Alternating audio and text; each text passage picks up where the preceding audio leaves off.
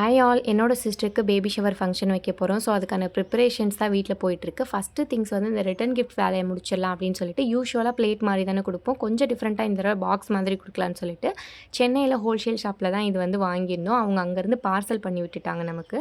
Parcel வந்ததுலேருந்து ஒரு box மட்டும் தான் ஓப்பன் பண்ணி பார்த்துருந்தோம். எத்தனை குவான்டிட்டி இருக்குது எதுவுமே வந்து கவுண்ட் பண்ணல.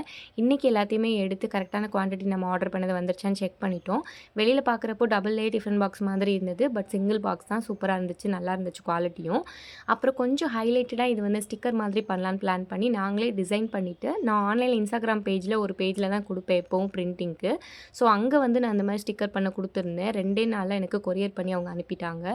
அந்த ஸ்டிக்கரை ஒட்டினதுக்கப்புறம் தான் அந்த பாக்ஸ் இன்னும் கொஞ்சம் ஹைலைட்டடாக சூப்பராக தெரிஞ்சது. இதை பற்றின வேறு ஏதாவது டீட்டெயில்ஸ் உங்களுக்கு வேணும் அப்படின்னா டிஎம் பண்ணுங்கள், நான் ஷேர் பண்ணுறேன். இன்னும் இதில் நிறைய ஆடன்ஸ்லாம் நம்ம ஆட் பண்ணணும். அது வந்து வெத்தலை பாக்கு அதெல்லாம் வந்து ஆட் பண்ணுங்கிறனால ஃபங்க்ஷனுக்கு முந்தின நாள் பண்ணால் கரெக்டாக இருக்கும் அப்படின்னு சொல்லிட்டு வெயிட்டிங் லிஸ்ட்டில் இருக்குது.